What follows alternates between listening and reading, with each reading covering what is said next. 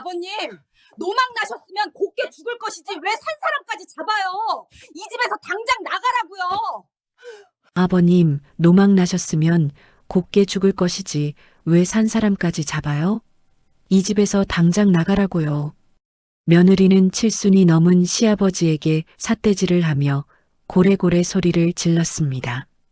그것도 모자라 시어머니의 짐 가방을 현관 밖으로 집어 던지며 경악하는 시누이의 뺨까지 사정없이 때리려 들었습니다. 동네 사람들이 다 들을 만큼 패륜적인 악담을 퍼붓는 며느리의 모습은 마치 악기와도 같았습니다. 하지만 문이 닫히고 도어록이 잠기는 순간 아무도 보지 못한 며느리의 진짜 얼굴이 드러납니다. 공포에 질려 덜덜 떨면서도 현관문을 몸으로 막아선 채 그녀는 무언가를 기다리고 있었습니다. 잠시 후 쾅쾅거리며 들이닥친 건 다름 아닌 검은 양복을 입은 사채업자들이었습니다.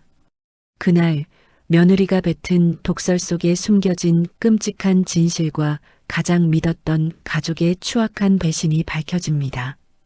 패륜 며느리라는 가면 뒤에 숨겨진 한 여자의 처절한 생존기. 오늘의 사연 지금 시작합니다.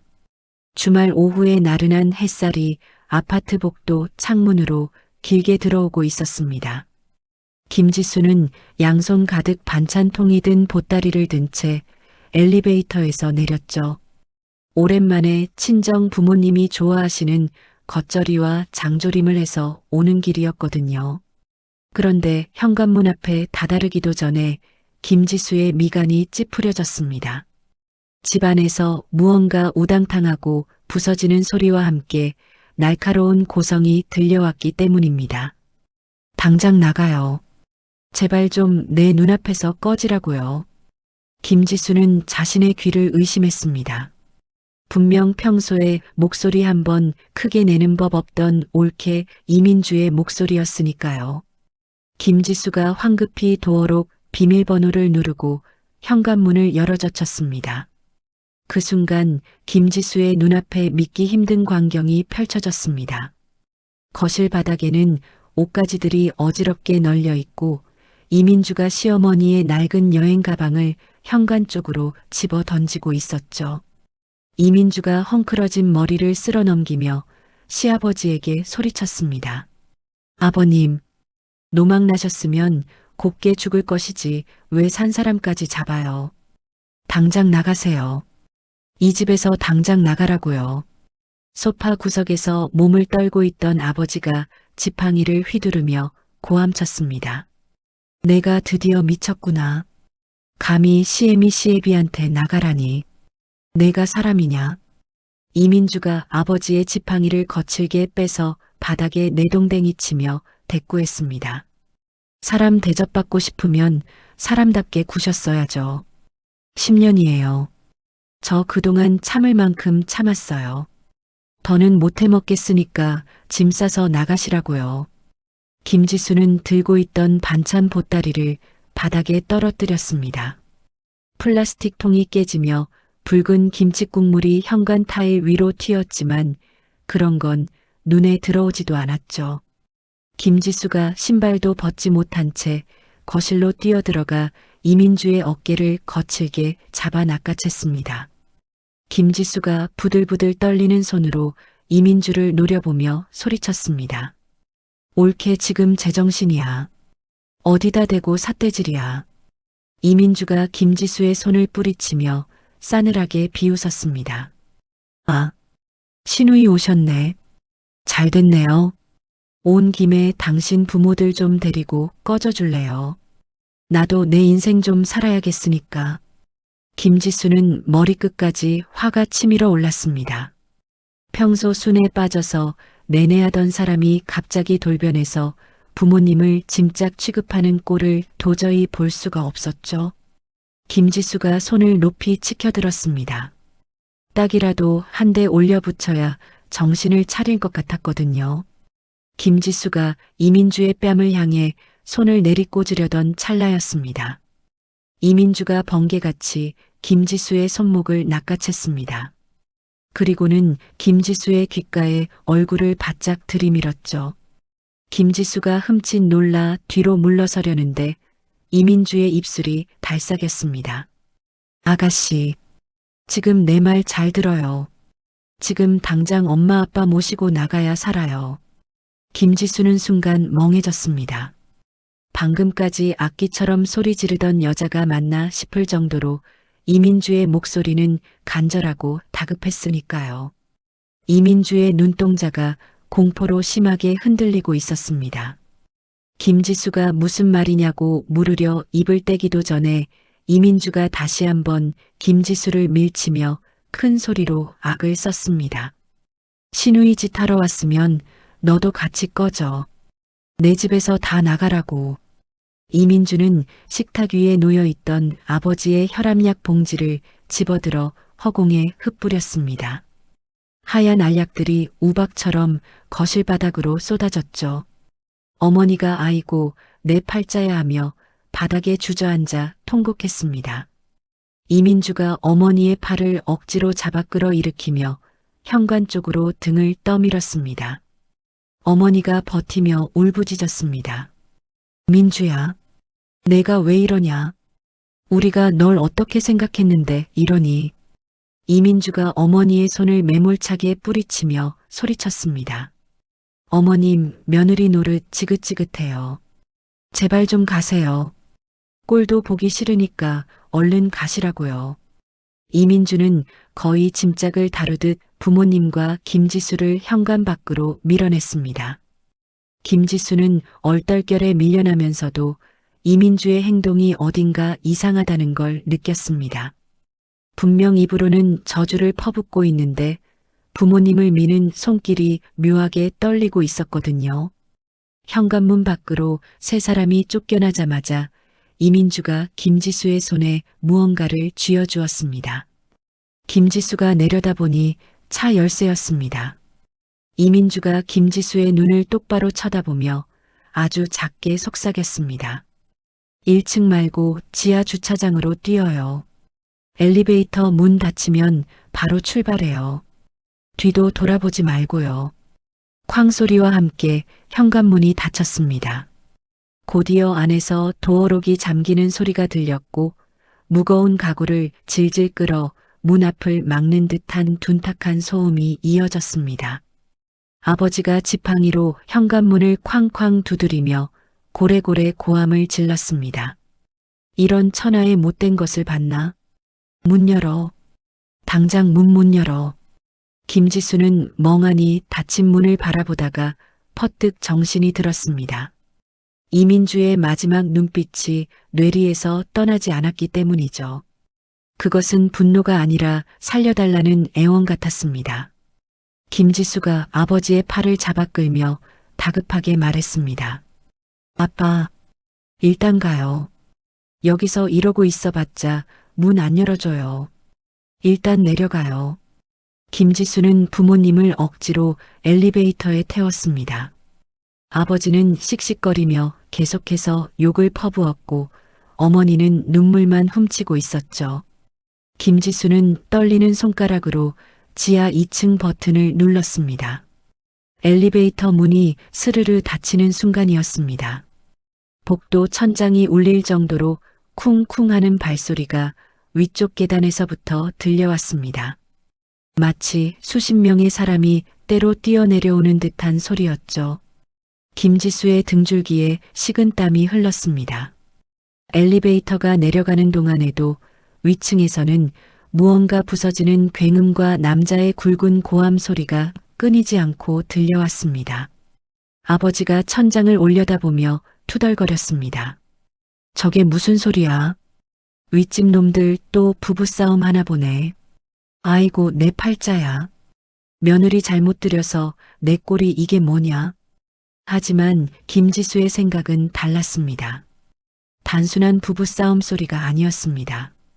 무언가 때려 부수는 소리, 그리고 비명소리 같기도 한 날카로운 소음이 층간을 뚫고 내려오고 있었으니까요. 김지수는 이민주가 했던 말이 빈말이 아니었음을 직감했습니다. 지하 주차장에 도착하자마자 김지수는 부모님을 재촉해 차에 태웠습니다. 김지수가 시동을 걸고 주차장을 빠져나가는 내내 심장이 터질 듯이 뛰었습니다. 차라리 이민주가 정말 미쳐서 쫓겨난 거라면 좋겠다는 생각까지 들었죠. 김지수의 차가 아파트 지하 주차장 출구를 빠져나와 지상으로 올라왔습니다. 김지수가 무심코 백미러를 확인한 순간이었습니다. 저게 뭐야? 저거 깡패들 차 아니야. 아버지가 창밖을 가리키며 소리쳤습니다. 김지수가 고개를 돌려 아파트 입구를 바라보았습니다. 검은색 승합차 세 대가 아파트 화단 앞을 가로막은 채 서 있었죠. 차 문이 열리고 검은 양복을 입은 건장한 남자들이 쇠파이프와 해머를 들고 우르르 내리고 있었습니다. 그들은 거칠 것 없이 아파트 현관으로 뛰어들어갔습니다. 그리고 또 다른 무리들은 사다리차를 펴고 있었습니다. 사다리차가 향하는 곳은 다름 아닌 김지수의 부모님 집 베란다였습니다. 어머니가 입을 틀어막으며 비명을 질렀습니다. 지수야, 저거 우리 집 아니냐? 저 사람들이 왜 우리 집 창문을 깨고 들어가는 거야? 와장창 하는 소리와 함께 베란다 유리창이 산산조각이 났습니다. 유리 파편이 햇빛을 받아 반짝이며 바닥으로 쏟아져 내렸죠. 검은 옷을 입은 남자들이 깨진 창문 틈으로 개미떼처럼 집 안으로 들이닥치고 있었습니다. 김지수는 그제야 깨달았습니다. 이민주가 왜 그렇게 악을 쓰며 자신들을 내쫓았는지 말이죠. 만약 집안에 그대로 있었다면 지금쯤 저 쇠파이프와 해머가 누구를 향해 있었을지 상상만 해도 끔찍했습니다. 김지수는 핸들을 잡은 손에 힘을 주며 입술을 깨물었습니다. 아빠, 엄마, 꽉 잡으세요. 김지수는 차를 돌려 아파트 단지를 빠져나왔습니다. 하지만 머릿속에서는 아까 문이 닫히기 직전 보았던 이민주의 마지막 모습이 계속 맴돌았습니다. 홀로 집에 남아 문을 걸어 잠그던 그 뒷모습이 자꾸만 눈앞에 아른거렸죠. 김지수가 떨리는 손으로 휴대폰을 꺼내 오빠 김상훈의 번호를 눌렀습니다. 신호음은 가지 않았습니다. 지금은 전화를 받을 수 없다는 차가운 기계음만이 차 안을 가득 채울 뿐이었습니다. 모텔방의 눅눅한 공기 사이로 아버지의 고함 소리가 쩌렁쩌렁 울리고 있었어요. 아버지는 분이 풀리지 않는지 좁은 방 안을 이리저리 서성이며 씩씩거렸습니다. 지팡이로 바닥을 쿵쿵 찍어대는 통에 아랫방에서 올라오지 않을까 걱정될 정도였죠. 내가 그년 머리 검을 때 알아봤다. 들어올 때부터 눈초리가 뱀눈이더니 기어이 집안을 풍비박산 내는구나. 내가 당장 나가서 그년 머리채를 잡아 뽑아놓고 말 거야. 아버지가 현관 쪽으로 몸을 돌리자 김지수가 황급히 앞을 가로막았습니다. 김지수가 아버지의 어깨를 잡고 진정시키며 말했습니다. 아빠, 제발 좀 진정하세요. 지금 거기가 어떤 상황인지 보셨잖아요. 깡패들이 문 부수고 난리 났는데 어딜 가시려고 그래요? 아버지가 김지수의 손을 뿌리치며 소리쳤습니다. 그러니까 가야지. 내 집이다. 내 집을 깡패놈들이 때려 부수는데 집주인이 가만히 있어. 그리고 며느리라는 년이 시부모를 내쫓고 문을 걸어 잠가. 이게 천벌받을 짓이 아니면 뭐냐? 침대에 힘없이 걸터 앉아 있던 어머니가 훌쩍이며 입을 열었습니다. 영감, 그만 좀 해요. 애가 오죽하면 그랬겠소. 아까 걔 눈빛 못 봤어요. 살기등등한 게 아니라 무서워서 벌벌 떨고 있었잖아요. 아버지가 콧방귀를 뀌며 비아냥거렸습니다. 당신은 아직도 며느리 편이 들고 싶어? 그년이 당신 옷가방 집어 던지는 거 못 봤어. 아주 짐승 취급을 하더구만. 어머니는 대꾸 없이 바닥에 널브러진 짐 가방을 끌어당겼습니다. 아까 이민주가 현관 밖으로 집어 던졌던 그 낡은 여행 가방이었죠. 어머니가 떨리는 손으로 가방 지퍼를 열었습니다. 옷가지들이 엉망으로 구겨져 있었고 그 사이로 하얀 봉투 하나가 툭 하고 떨어졌습니다. 두툼한 서류 봉투였습니다. 어머니가 의아한 표정으로 봉투를 집어들었습니다. 이게 뭐냐? 민주가 언제 이런 걸 넣어놨대. 김지수도 아버지와 실랑이를 멈추고 어머니 쪽을 돌아보았습니다. 봉투 겉면에는 매직으로 삐뚤빼뚤하게 글씨가 적혀 있었습니다. 아버님 약, 어머님 비상금. 죄송해요. 어머니가 봉투를 열어 내용물을 침대 위에 쏟아부었습니다. 노란 고무줄로 묶인 5만 원권 지폐뭉치 2개와 약봉지들이 우르르 쏟아져 나왔죠. 그리고 맨 밑바닥에서 꼬깃꼬깃하게 접힌 종이 한 장이 나왔습니다. 이게 다 돈이네. 세상에. 이 돈을 언제 챙겨 넣었어? 어머니가 돈뭉치를 들고 손을 떨었습니다. 김지수는 돈보다 바닥에 떨어진 종이에 시선이 갔습니다. 왠지 모를 불안감이 엄습해 왔거든요. 김지수가 바닥에 떨어진 종이를 집어들었습니다. 종이를 펼쳐든 김지수의 눈동자가 걷잡을 수 없이 흔들리기 시작했습니다. 그것은 부동산 매매 계약서 사본이었습니다. 매도인 란에는 오빠 김상훈의 이름이, 매수인 란에는 처음 보는 대부업체의 이름이 선명하게 찍혀 있었죠. 지수야, 그게 뭐냐? 무슨 종이인데 그렇게 놀라? 아버지의 물음에도 김지수는 대답할 수 없었습니다. 계약 날짜는 이미 6개월 전이었습니다. 김지수가 떨리는 목소리로 계약서의 특약사항을 읽어내려갔습니다. 현 소유주 김상우는 잔금 수령 즉시 명도를 책임진다. 단 부모 거주 시 강제 퇴거에 동의한다. 김지수의 손에서 종이가 스르르 미끄러져 떨어졌습니다. 아버지가 답답한지 지팡이로 바닥을 치며 재촉했습니다. 말을 해. 벙어리가 됐냐? 그게 뭐냐고 묻잖아. 김지수가 창백해진 얼굴로 아버지를 올려다보며 말했습니다. 아빠, 집이 넘어갔어요. 아버지가 눈을 동그랗게 뜨고 되물었습니다. 뭐? 집이 넘어가다니. 그게 무슨 귀신 씻나락 까먹는 소리냐? 김지수가 마른 침을 삼키며 힘겹게 말을 이었습니다. 오빠가, 상훈 오빠가 아빠 몰래 집 명의를 자기 앞으로 돌려놨었나 봐요. 그리고 그 집을 사채업자들한테 팔았어요. 벌써 반년 전에요. 방 안에는 무거운 정적이 감돌았습니다. 아버지는 입을 벌린 채 굳어버렸고 어머니는 돈뭉치를 든 채 얼음이 되어버렸죠. 김지수는 머릿속에서 퍼즐 조각들이 맞춰지는 것을 느꼈습니다. 왜 이민주가 갑자기 페르나처럼 돌변했는지 말이죠. 오늘이 바로 그 강제 퇴거가 집행되는 날이었던 겁니다. 법적으로 집주인이 된 깡패들이 들이닥쳐 부모님을 길바닥으로 내동댕이 치기 직전 이민주는 악역을 자처해 부모님을 먼저 내쫓은 것이었습니다. 그 끔찍한 꼴을 보이지 않게 하려고 혹시라도 아버지가 화병으로 쓰러지실까봐 자신이 모든 화살을 맞으며 부모님을 피신시킨 것이었죠. 아이고, 아이고 내 팔자야. 자식 새끼가 부모 등골을 빼먹다 못해 집까지 팔아먹어. 어머니가 가슴을 치며 통곡하기 시작했습니다. 아버지는 충격으로 다리가 풀렸는지 그 자리에 주저앉아 멍하니 허공만 바라보았죠. 김지수는 주먹을 꽉 쥐었습니다. 분노와 함께 이민주에 대한 미안함이 물밀듯이 밀려왔습니다.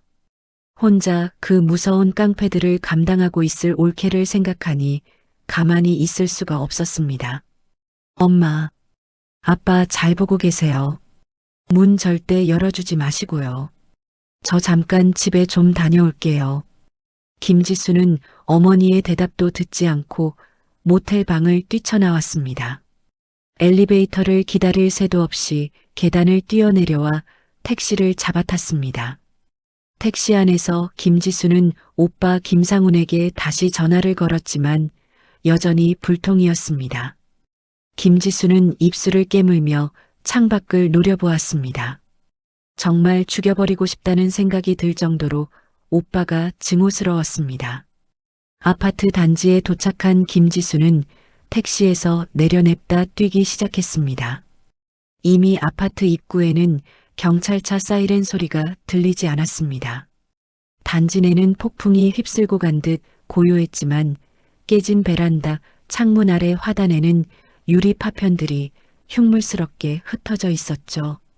김지수가 엘리베이터를 타고 10층으로 올라갔습니다. 엘리베이터 문이 열리자마자 매캐한 담배 냄새와 함께 짐승 같은 욕설이 들려왔습니다. 야, 이년아. 김상훈이 어디로 튀었냐고 묻잖아. 돈 어디다 숨겼어? 김지수는 숨을 죽이고 복도 벽에 몸을 붙였습니다. 현관문은 이미 경첩이 뜯겨나가 너덜거리고 있었고 활짝 열린 문틈 사이로 집안의 참상이 적나라하게 보였습니다. 거실 장식장은 엎어져 산산조각이 났고 소파는 칼로 찢겨 손뭉치가 터져 나와 있었습니다. 벽지는 곳곳이 뜯겨 시멘트 벽이 드러나 있었죠. 그리고 그 난장판 한가운데에 이민주가 쓰러져 있었습니다. 머리카락은 헝클어져 귀신처럼 얼굴을 덮었고 입가에는 피가 흐르고 있었습니다. 검은 양복을 입은 용역 반장으로 보이는 거구의 남자가 이민주의 머리채를 휘어잡아 들어 올렸습니다. 이민주가 고통스러운 신음을 흘리며 남자를 노려보았습니다. 몰라요. 나도 연락 안 된 지 오래됐다고요. 죽이든 살리든 마음대로 해요. 돈 없어요. 남자가 이민주의 뺨을 툭툭 치며 비릿하게 웃었습니다. 이 아줌마가 독하네. 남편이 집 팔고 계약금 들고 튀었는데 마누라가 모른다. 누가 믿어줄 것 같아. 남자가 이민주를 바닥으로 내팽개치고는 발로 옆구리를 걷어찼습니다. 억하는 소리와 함께 이민주가 바닥을 굴렀습니다. 김지수는 더 이상 보고만 있을 수 없었습니다. 다리가 후들거렸지만 이대로 두면 올케가 죽을지도 모른다는 공포가 앞섰으니까요.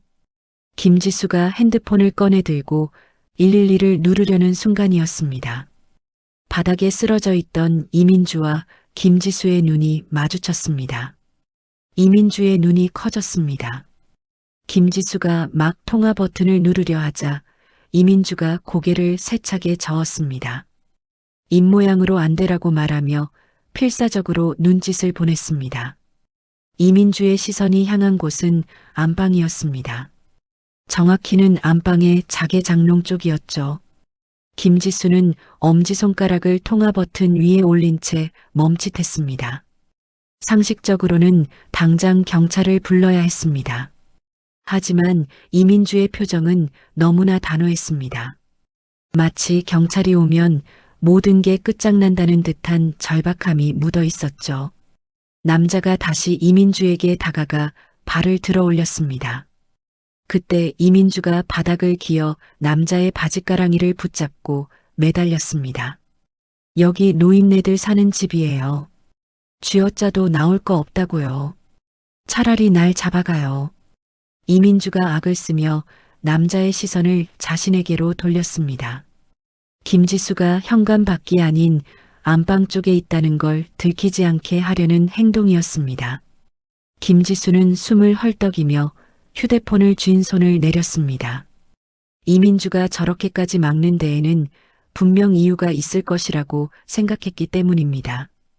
남자가 귀찮다는 듯 이민주를 떼어내며 소리쳤습니다.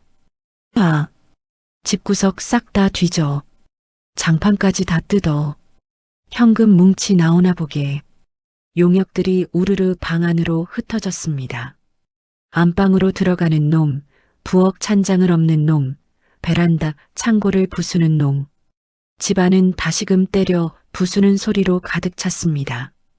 이민주는 그 와중에도 안방 문지방을 넘으려는 용역의 다리를 붙잡고 늘어졌습니다. 김지수는 이민주가 지키려는 것이 안방 장롱 안에 있다는 것을 확신했습니다. 그것이 무엇인지는 모르지만 집을 되찾거나 오빠를 잡을 수 있는 유일한 희망일 것이라는 직감이 들었죠. 김지수는 용역들이 한눈을 파는 사이 신발을 벗어들고 살금살금 집 안으로 발을 들여놓았습니다.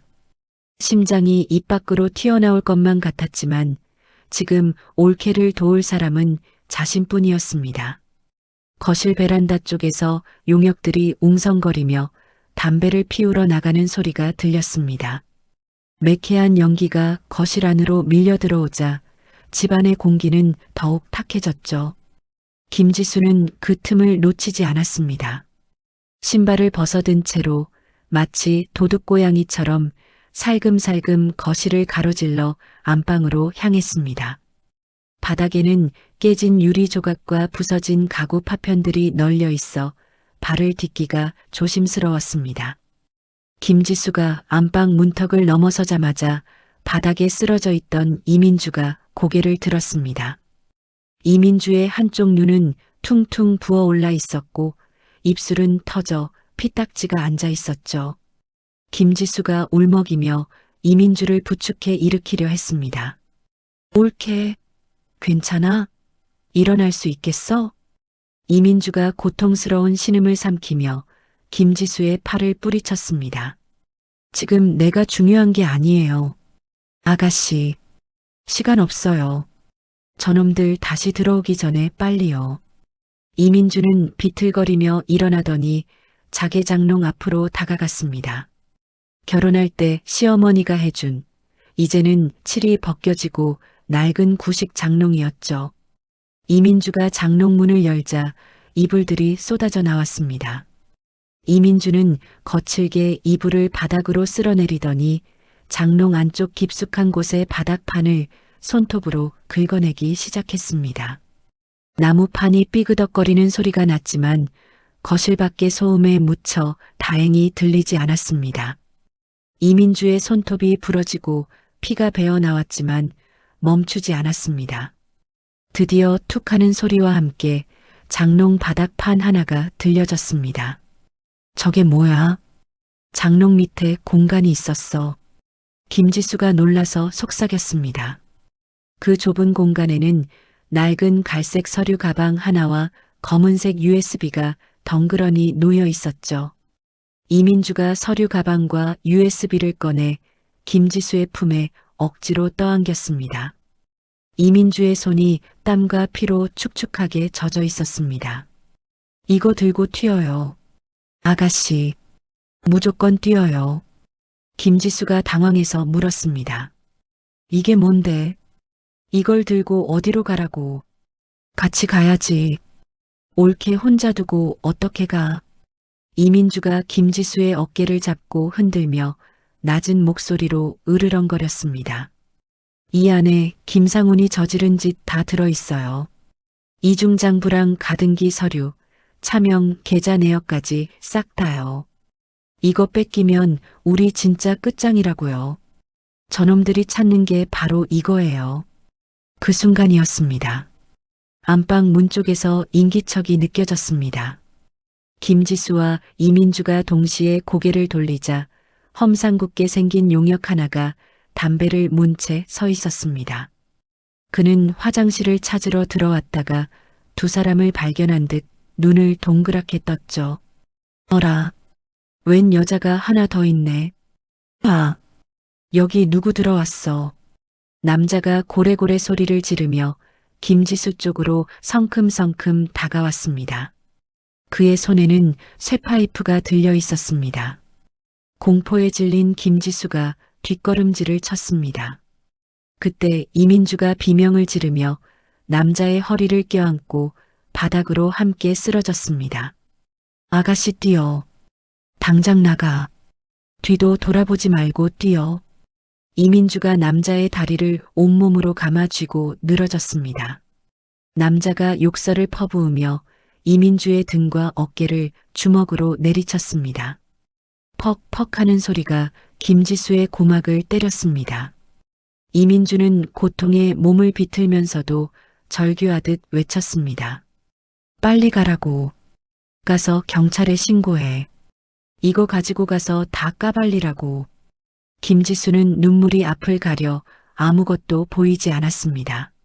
하지만 지금 망설이다가는 올케의 희생이 물거품이 될 것이 뻔했습니다.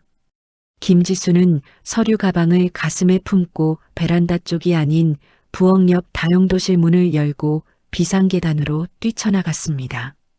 뒤에서 이민주의 비명과 우당탕하는 소리가 들려왔지만 김지수는 이를 악물고 계단을 뛰어내려갔습니다.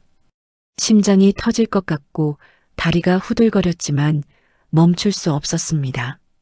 10층에서 1층까지 단숨에 뛰어내려온 김지수는 아파트 화단 뒤쪽으로 숨어들었습니다. 다행히 용역들은 집안을 뒤지느라 밖까지 쫓아오지는 않은 듯 했습니다. 김지수는 주차해 둔 차까지 가지도 못하고 큰 길가로 나가 택시를 잡았습니다. 택시 뒷좌석에 웅크리고 앉은 김지수는 품에 안은 서류 가방을 생명줄처럼 꽉 쥐고 하염없이 눈물을 흘렸습니다. 1시간 뒤 김지수의 오피스텔. 김지수는 현관문을 걸어 잠그고 거실 바닥에 주저앉았습니다. 손이 덜덜 떨려 물 한 잔도 제대로 마실 수 없었죠. 김지수는 이민주가 준 USB를 노트북에 꽂았습니다. 화면에 수십 개의 폴더가 떴습니다. 강원랜드, 불법 토토, 사채 이자 내역, 회사 자금 횡령. 폴더 이름만 봐도 현기증이 날 지경이었습니다. 김지수가 떨리는 손으로 음성 녹음 폴더를 열었습니다. 날짜별로 정리된 파일 중 가장 최근의 것을 클릭했습니다. 지지직거리는 잡음과 함께 익숙한 목소리가 흘러나왔습니다. 오빠 김상훈의 목소리였습니다. 아, 사장님. 이번 한 번만 더 빌려주쇼. 우리 부모님 집 그거 시세가 얼만데. 내가 명예 다 돌려놨으니까 걱정 말고. 이어서 굵직한 남자의 목소리가 들렸습니다. 김이사, 벌써 3억이야. 이번에도 못 갚으면 알지? 신체 포기 각서 쓴 거 효력 발생한다. 아, 알았다니까. 집 팔아서 갚으면 될 거 아냐. 그 늙은이들 어차피 다 죽어가는 거 요양원에 쳐넣으면 그만이고. 일단 5천만 더 싸줘. 김지수는 입을 틀어막았습니다. 구역질이 치밀어 올랐습니다. 오빠는 도박 자금을 마련하기 위해 부모님을, 가족을 팔아넘긴 것이었습니다. 그것도 아주 계획적이고 악랄하게 말이죠. 김지수는 그동안 오빠가 사업이 어렵다며 돈을 빌려달라고 할 때마다 꼬박꼬박 챙겨줬던 자신이 원망스러웠습니다. 그 돈들이 다 도박판에서 사라졌다고 생각하니 피가 거꾸로 솟는 것 같았습니다. 그때 현관 초인종이 울렸습니다. 김지수가 화들짝 놀라 인터폰 화면을 확인했습니다. 화면 속에는 엉망이 된 몰골의 이민주가 서 있었습니다. 올케. 김지수가 문을 열자마자 이민주가 쓰러지듯 안으로 들어왔습니다. 머리는 헝클어지고 옷은 여기저기 찢겨 있었으며 얼굴은 멍투성이었습니다.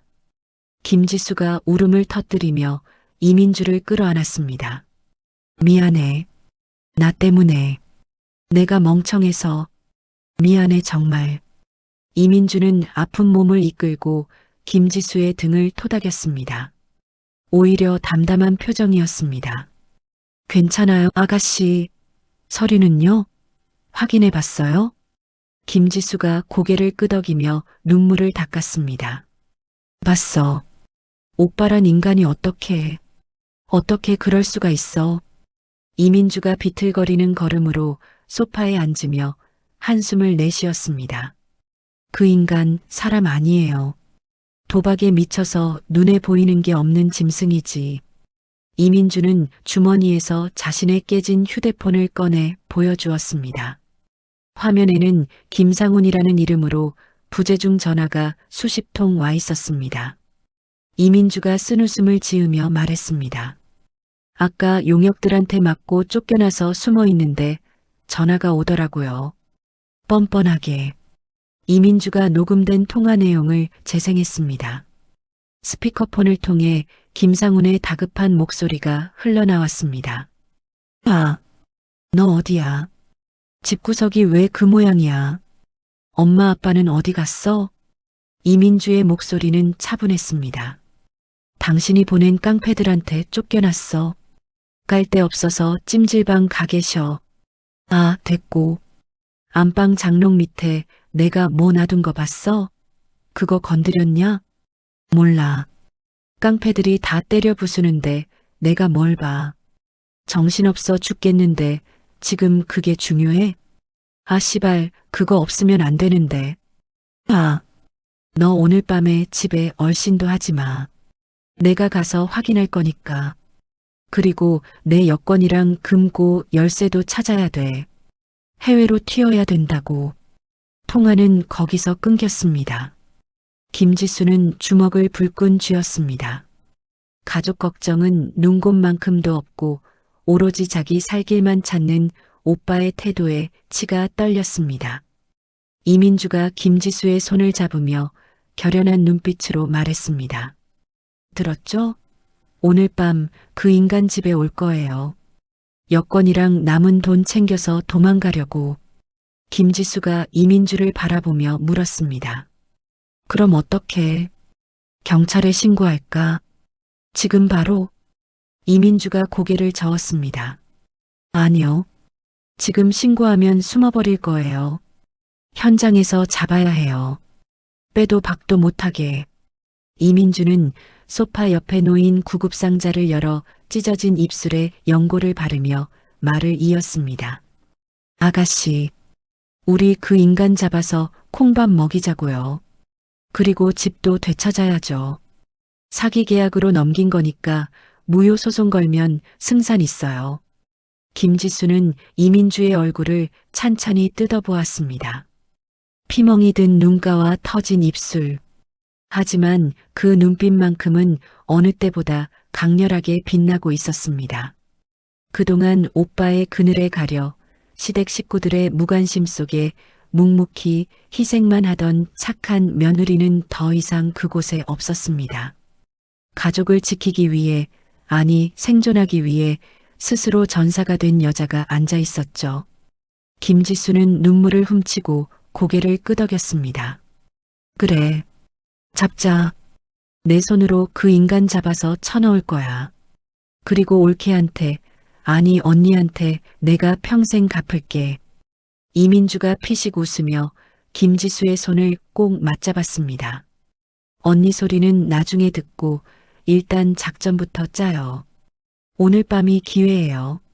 창밖에는 어둠이 짙게 깔리고 있었습니다.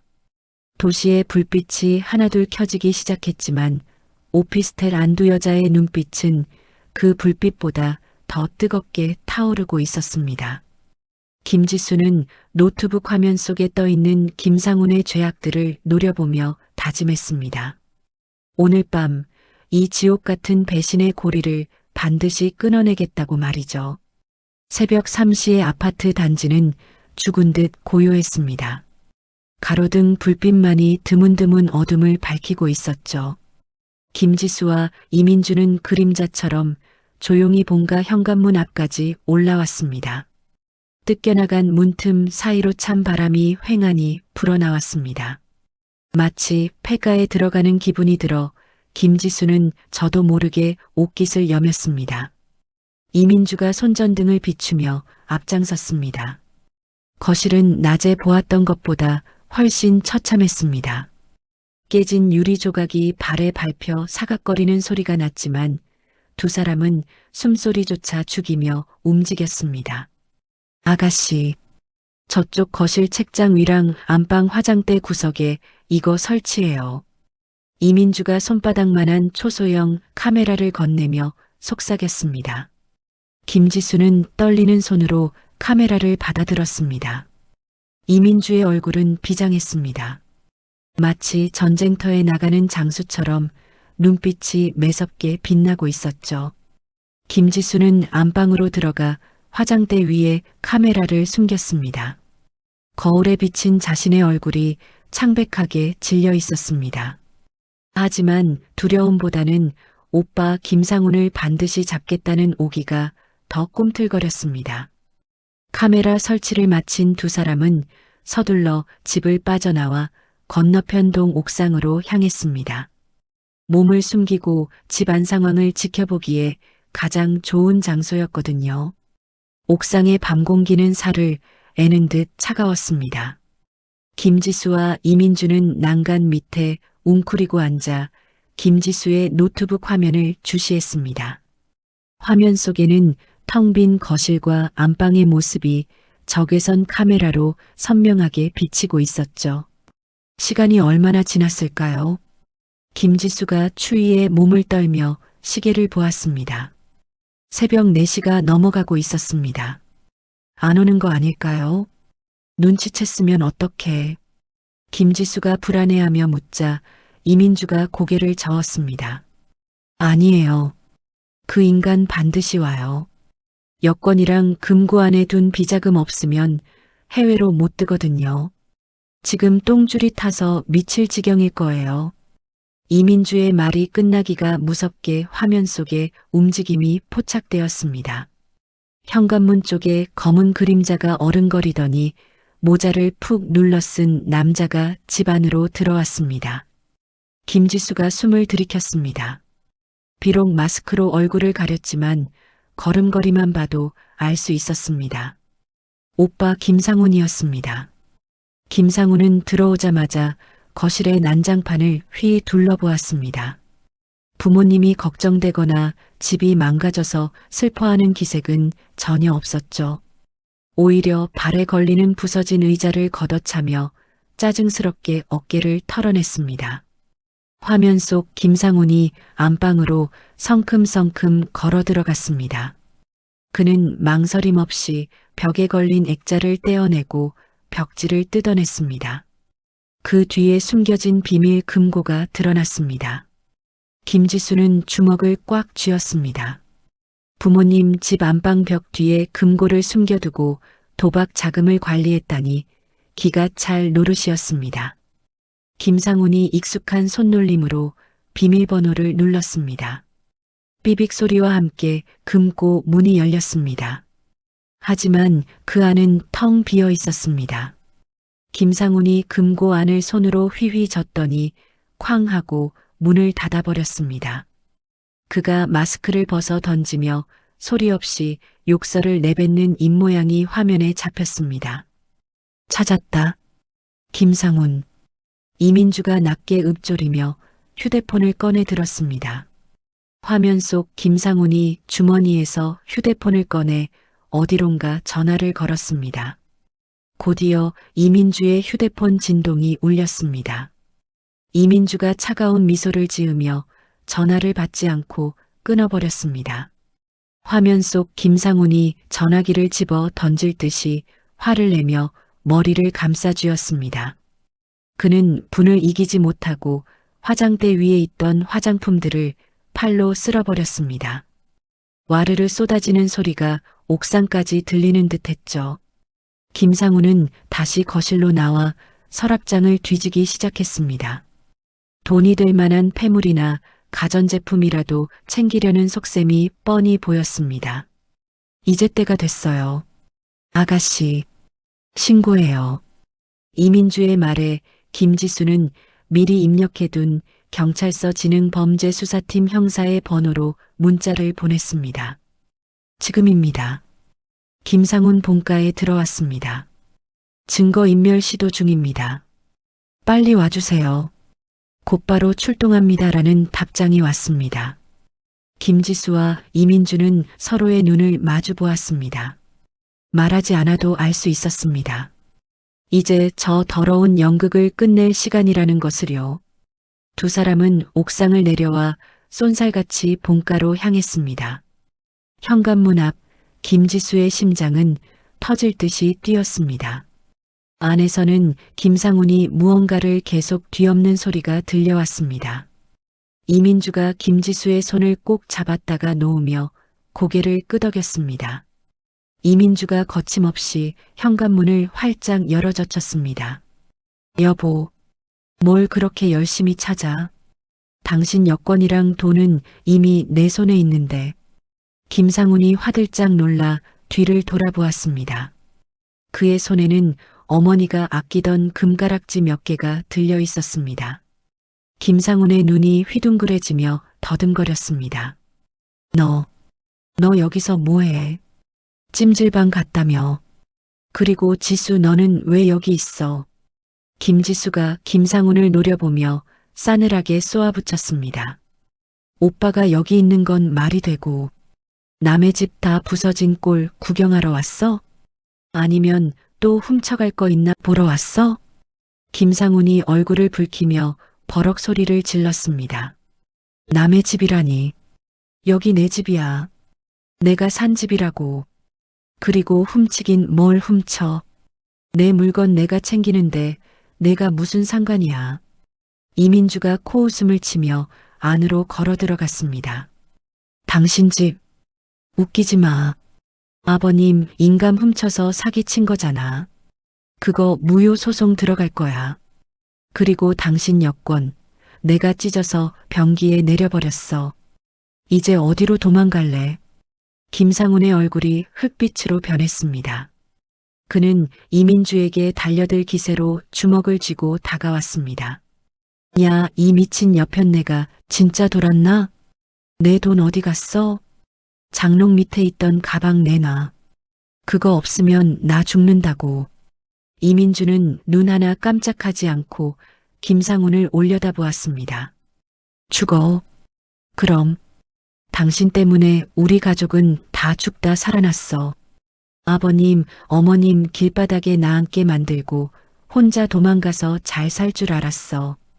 천만에. 나 당신 지옥 끝까지 쫓아가서라도 잡을 생각이었어. 김상훈이 이민주의 멱살을 잡으려 손을 뻗었습니다. 그때 김지수가 달려들며 김상훈의 팔을 밀쳐냈습니다.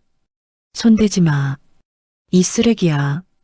우리 엄마 아빠가 오빠를 어떻게 키웠는데 어떻게 가족한테 이래. 오빠가 사람이야? 김상훈이 김지수마저 밀쳐내며 악을 썼습니다. 가족이 밥 먹여줘. 돈이 최고야. 나 이번 한 번만 성공하면 다 갚아줄 수 있었어. 내가 뭘 알아. 비켜. 안 비켜. 김상훈이 이성을 잃고 두 여자를 향해 폭력을 휘두르려는 찰나였습니다. 멀리서 사이렌 소리가 들려오기 시작했습니다. 김상훈의 동작이 멈췄습니다. 그의 눈동자가 불안하게 흔들렸습니다. 너희들 설마 경찰 불렀냐? 가족끼리. 진짜 이럴 거야? 나 잡혀가면 너네한테 좋을 거 하나도 없어.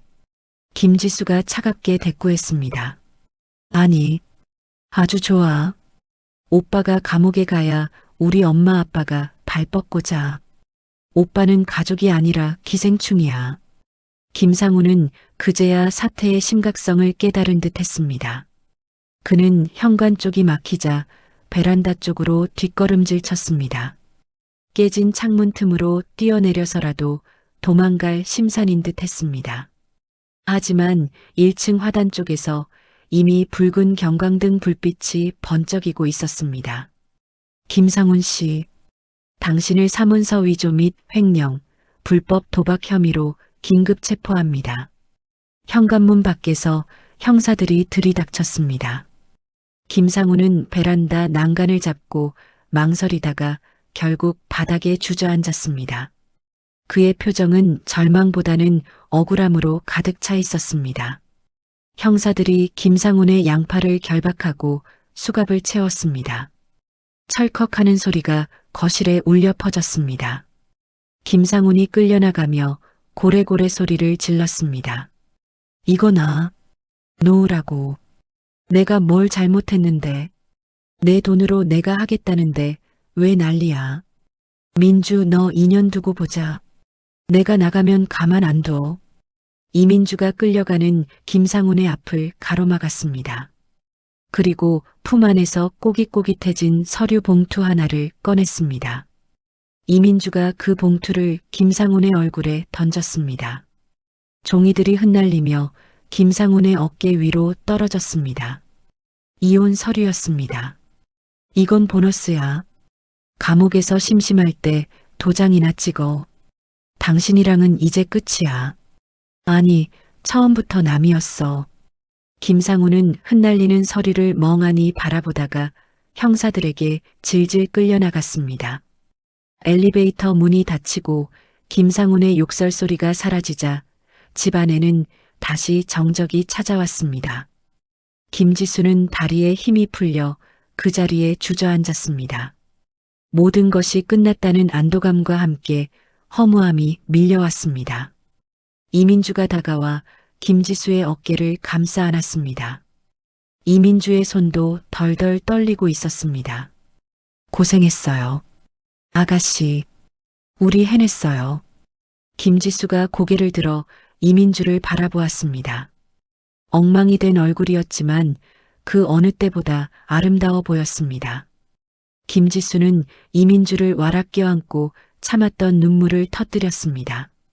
언니, 고마워요. 정말 고마워요.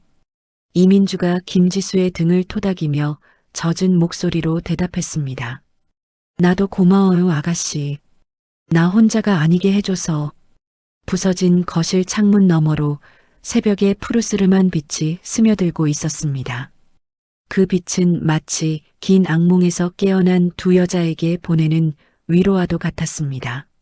하지만 이것이 끝이 아니라 또 다른 시련의 시작임을 그때는 아무도 알지 못했습니다.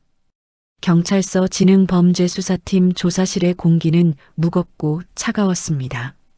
형사 앞 테이블에 마주 앉은 김상훈은 조금도 기죽지 않은 표정으로 다리를 꼬고 앉아 있었습니다.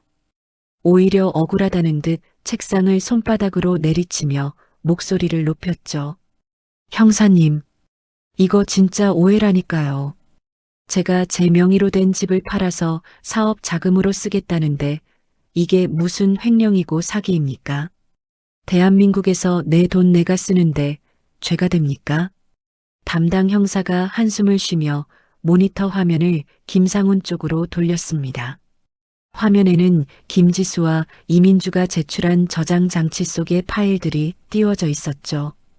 형사가 차분하지만 단호한 어조로 물었습니다.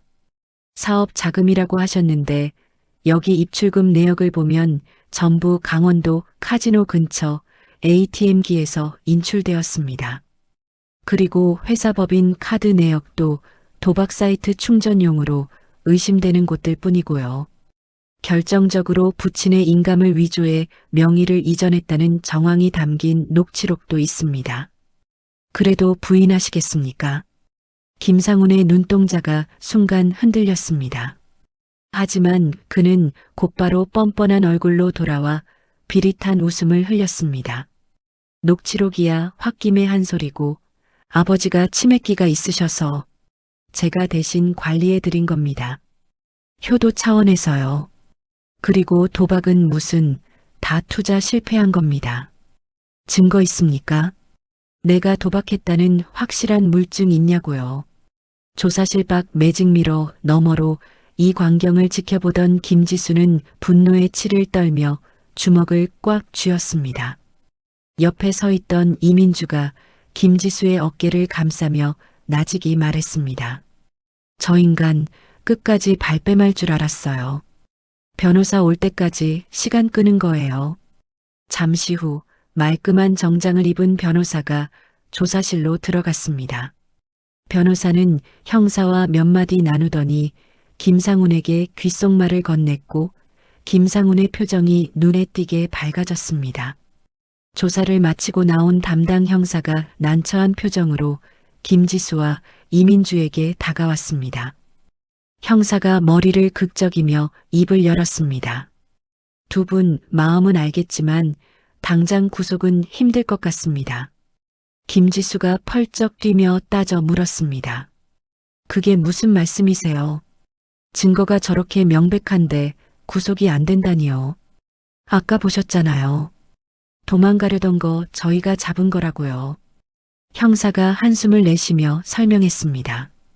피의자가 주거가 일정하고 도주 우려가 없다고 판단됩니다. 게다가 변호사 측에서 진명의 이전 문제는 민사소송으로 다퉈야 할 사안이라고 강력하게 주장하고 있어요. 횡령건도 회사 측 고소가 정식으로 접수되어야 수사가 진행되는데 아직 시간이 좀 걸립니다. 일단 귀가 조치하고 불구속 수사로 진행될 겁니다. 이민주가 형사의 말을 끊으며 차갑게 물었습니다. 그럼 저 인간을 그냥 풀어준다는 말인가요? 가족들을 협박하고 폭행하려고 했는데도요.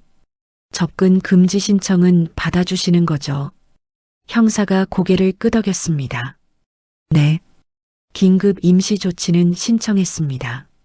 본가와 두 분의 거주지 반경 100m 이내 접근 금지 명령이 떨어질 겁니다. 위반하면 바로 체포되니까 너무 걱정 마십시오. 조사실 문이 열리고 김상훈이 변호사와 함께 걸어 나왔습니다. 수갑은 채워져 있지 않았습니다. 김상훈은 복도에 서 있는 김지수와 이민주를 보자마자 입꼬리를 비틀어 올리며 비아냥거렸습니다. 거봐라. 내가 뭘 했냐. 죄 없는 사람 가두는 게 쉬운 줄 알아. 너희가 아무리 발악해봤자 법은 내 편이야. 돈 있는 놈이 이기는 거라고. 김지수가 달려들려 하자 이민주가 팔을 잡아 막아섰습니다. 김상훈은 낄낄거리며 이민주에게 손가락질을 해댔습니다. 아, 이민주, 너 내가 나가면 가만 안 둔다고 했지. 내 집, 내 돈 다 토해낼 준비나 해라. 그리고 지수 너 오빠한테 감히 수갑을 채워. 너도 각오해라. 김상훈은 바닥에 침을 퇴뱉고는 변호사와 함께 경찰서 정문을 빠져나갔습니다. 그 뒷모습이 시야에서 사라질 때까지 김지수는 부들부들 떨며 자리를 뜨지 못했습니다. 허무했습니다. 그 난리를 치며 잡았는데 법은 너무나 무력해 보였습니다. 이민주가 김지수의 등을 쓰다듬으며 담담하게 말했습니다. 아가씨, 울지 마요. 예상했던 일이에요. 오히려 잘 됐어요. 김지수가 젖은 눈으로 이민주를 쳐다보았습니다. 잘 되다니요. 저 인간이 저렇게 활개치고 다니는데 뭐가 잘 돼요. 우리 엄마 아빠는 어떡하고요. 이민주의 눈빛이 서늘하게 가라앉았습니다. 구치소에 들어가면 밥은 먹여주잖아요. 밖에서 말려 죽여야죠. 빈털터리로 길바닥에 나앉게 만들 거예요. 지금부터가 진짜 전쟁이에요. 이민주는 그 길로 법원으로 향해 부동산 처분 금지 가처분 신청서를 제출했습니다. 오빠가 집을 사채업자에게 넘기지 못하도록 법적으로 묶어두는 조치였죠. 그리고 오빠의 횡령 사실을 입증할 추가 자료들을 정리해 회사 감사팀의 등기 우편으로 발송했습니다. 이민주의 일처리는 놀라울 정도로 빠르고 정확했습니다. 마치 이날만을 위해 10년을 준비해 온 사람처럼 말이죠. 며칠 뒤 김지수의 오피스텔. 좁은 거실에 고소한 기름 냄새가 가득 찼습니다. 신문지를 깔고 휴대용 가스버너 위에 불판을 올렸죠. 지글지글 익어가는 삼겹살 소리가 빗소리처럼 정겹게 들렸습니다. 이민주가 상추와 깻잎을 씻어 채반에 담아왔습니다. 김지수는 노릇하게 구워진 고기를 가위로 먹기 좋게 잘랐습니다. 구석에 앉아있던 어머니가 쭈뼛거리며 다가와 앉았습니다. 어머니의 눈은 며칠 동안 얼마나 울었는지 퉁퉁 부어 있었습니다. 어머님, 고기 타요. 얼른 드세요. 이민주가 갓 구운 삼겹살 한 점을 집어 어머니의 밥그릇 위에 올려주었습니다. 어머니는 고기를 내려다보다가 다시 눈시울을 붉혔습니다. 떨리는 손으로 젓가락을 들었지만 입으로 가져가지 못했죠. 민주야, 내가 무슨 염치로 이 고기를 먹니? 너한테 그 모진 소리를 하고 쫓아내기까지 했는데 내가 죽일년이다. 내 아들놈이 저지른 짓을 내가 어떻게 감니? 어머니가 고개를 떨구며 흐느꼈습니다. 이민주가 젓가락을 내려놓고 어머니의 거친 손을 두 손으로 감싸 쥐었습니다. 그리고 평소보다 훨씬 부드러운 목소리로 말했습니다. 어머님, 그런 소리 마세요. 저 쫓아내신 거 아니잖아요. 살리려고 그러신 거 다 알아요. 그리고 그 사람 죄는 그 사람이 받는 거지 어머님이 대신 갚는 거 아니에요. 저희는 그냥 맛있는 거 먹고 힘내서 버티면 돼요. 김지수도 코끝이 찡해져 고기를 자르던 가위질을 멈췄습니다. 엄마, 언니 말이 맞아요. 우리가 죄 지은 거 아니잖아요. 울지 말고 많이 드세요.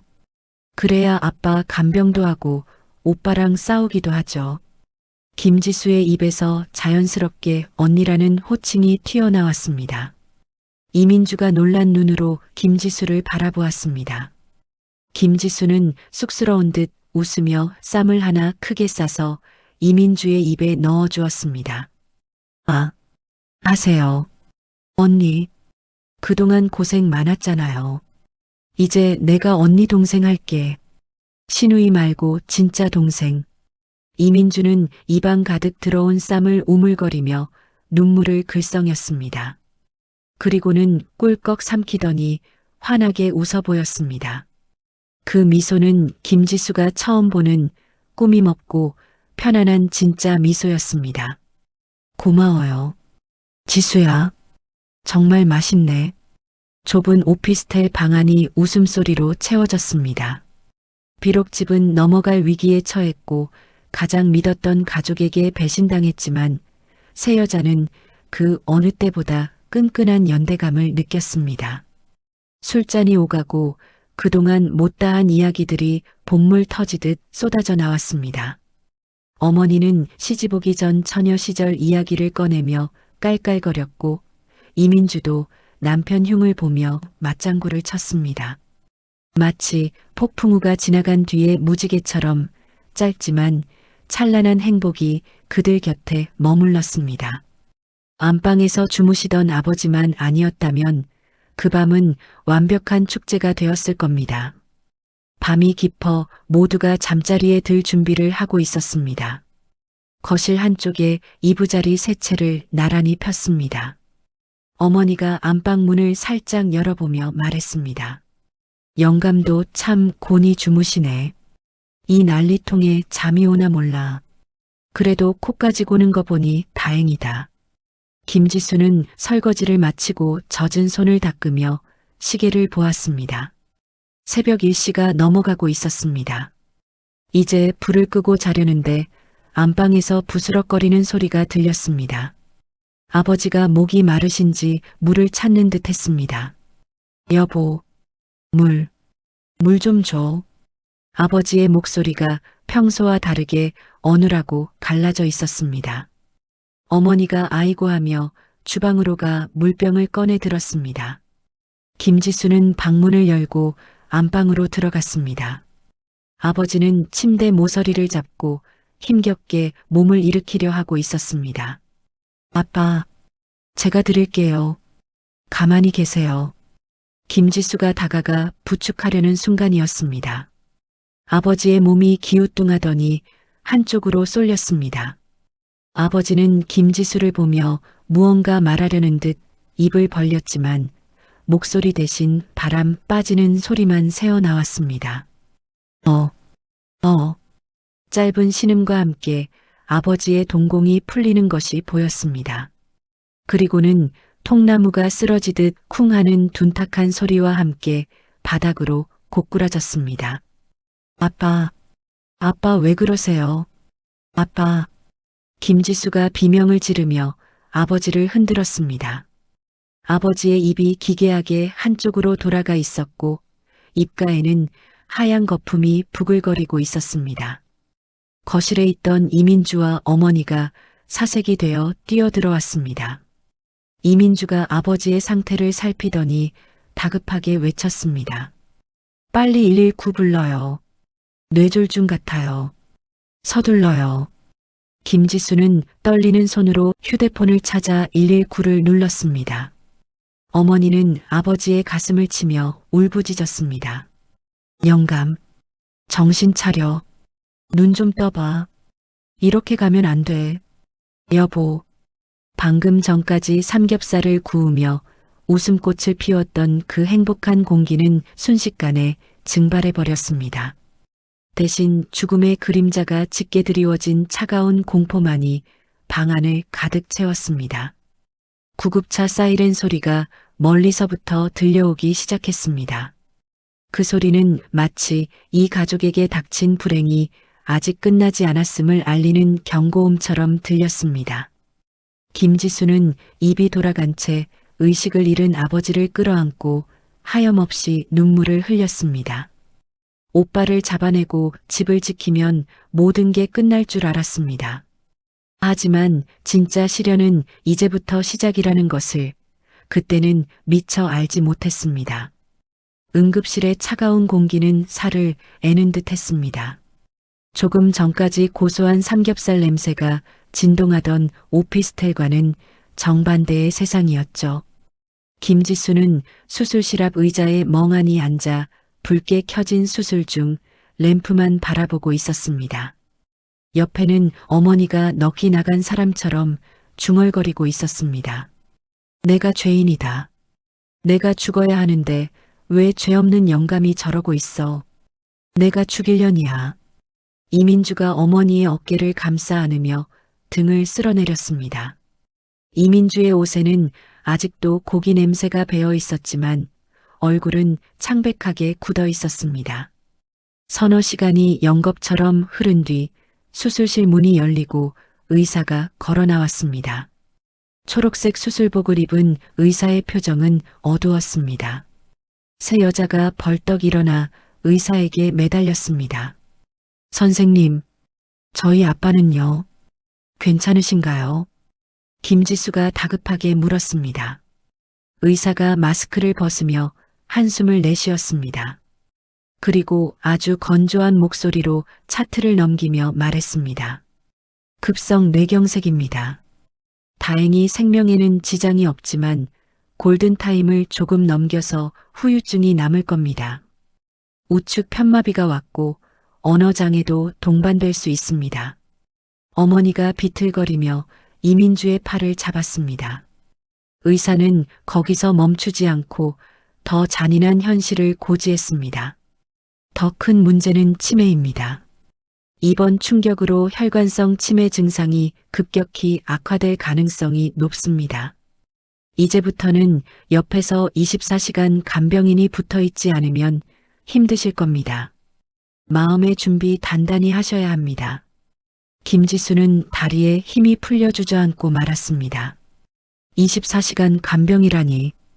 당장 하루 벌어 하루 사는 처지에 간병비는 감당할 수 없는 거액이었습니다. 아버지는 일반 병실로 옮겨졌지만 사람을 알아보지 못했습니다. 초점 없는 눈으로 허공을 응시하거나 갑자기 소리를 지르며 링거 바늘을 뽑아대기 일쑤였죠. 간병인을 구하려 했지만 아버지의 선망 증세가 심하다는 이유로 다들 하루를 못 버티고 그만두겠다고 했습니다.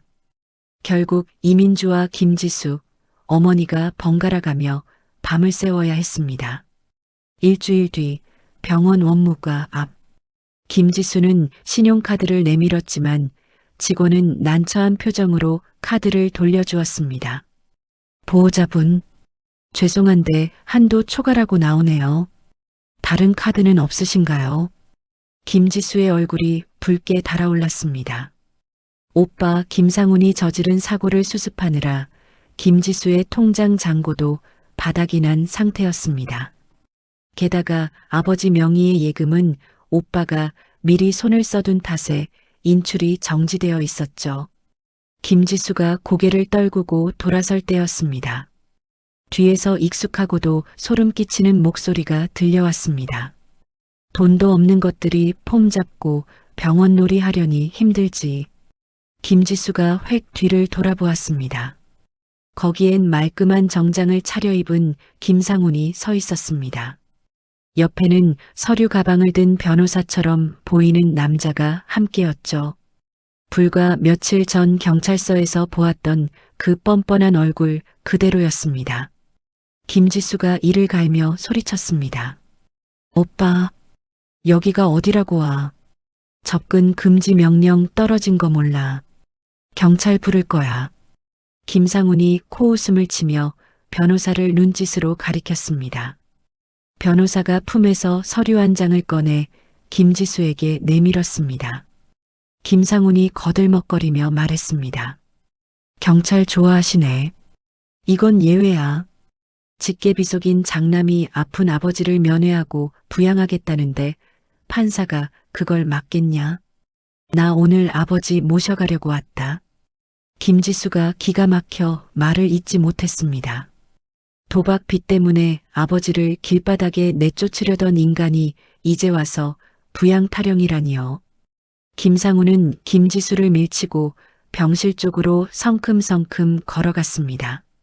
김지수가 비명을 지르며 그 뒤를 쫓았습니다. 안 돼. 절대 안 돼. 누구 마음대로 아빠를 데려가. 병실 문이 벌컥 열렸습니다. 침대 옆에서 사과를 깎던 이민주와 어머니가 깜짝 놀라 일어났습니다. 김상훈을 본 어머니의 손에서 과도가 툭 하고 떨어졌습니다. 네. 내 놈이 여기가 어디라고. 어머니가 부들부들 떨며 소리쳤습니다. 김상훈은 어머니는 본체만체하고 침대에 누운 아버지를 내려다보며 혀를 찼습니다. 쯧쯧. 노인네 꼴하고는 똥오줌도 못 가린다면서요. 이런 비싼 병원에 처박아 둔다고 낫는 것도 아니고. 제가 아는 요양병원으로 모실 테니 짐 싸세요. 이민주가 김상훈의 앞을 가로막으며 차갑게 말했습니다. 나가. 당장 나가. 당신이 무슨 자격으로 아버님을 모셔. 또 무슨 꿍꿍이야. 김상훈이 이민주를 위아래로 훑어보며 비웃었습니다. 자격. 내가 이 집 장남이야.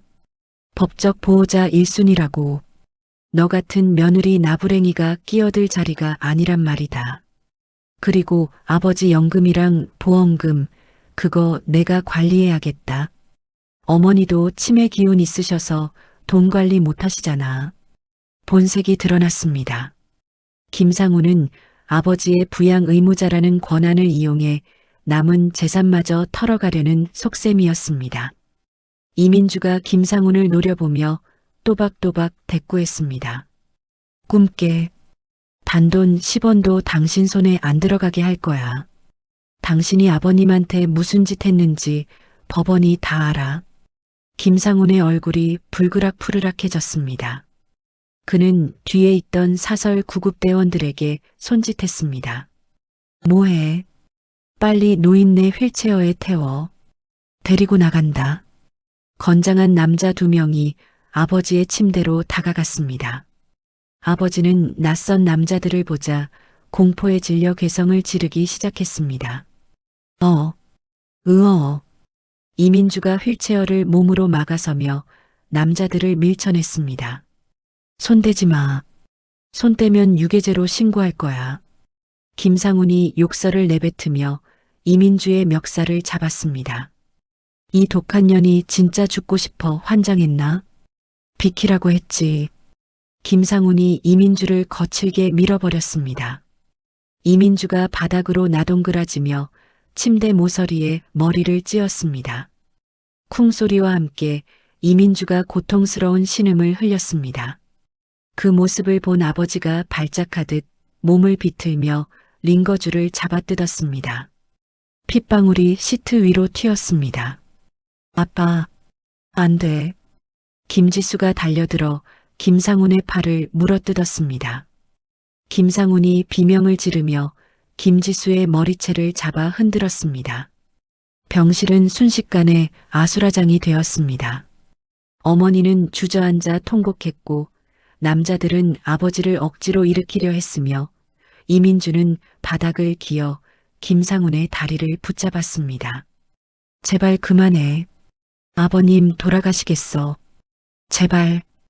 이민주의 절규에 병원 보안 요원들과 간호사들이 뛰어들어왔습니다. 무슨 짓들이에요? 여기서 이러시면 안 됩니다. 보안 요원들이 김상훈과 남자들을 제지했습니다. 김상훈은 옷매무새를 다듬으며 씩씩거렸습니다. 그는 바닥에 쓰러진 이민주와 김지수를 내려다보며 도끼 어린 눈빛으로 으르렁거렸습니다. 오늘은 그냥 가는데 내일 다시 온다. 법적으로 내가 데려가는 거 아무 문제 없어. 그때까지 퇴원 준비 안 해놓으면 너네 다 공무집행방해랑 유괴죄로 쳐넣을 줄 알아. 김상훈은 변호사와 함께 유유히 병실을 빠져나갔습니다. 폭풍이 휩쓸고 간 병실에는 찢어진 링거줄과 깨진 과일 접시만이 널려 있었습니다. 김지수는 헝클어진 머리도 정리하지 못한 채 바닥에 엎드려 오열했습니다.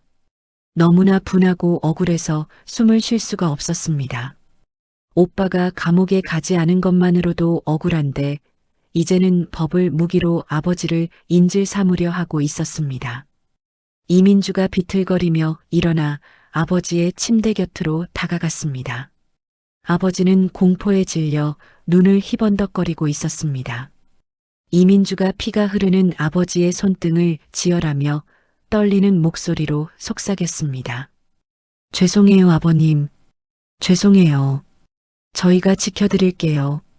아무데도 안 보내요. 하지만 이민주의 목소리에도 물기가 가득했습니다. 돈도 힘도 법도 모두 저 악마 같은 인간 편인 것만 같았습니다.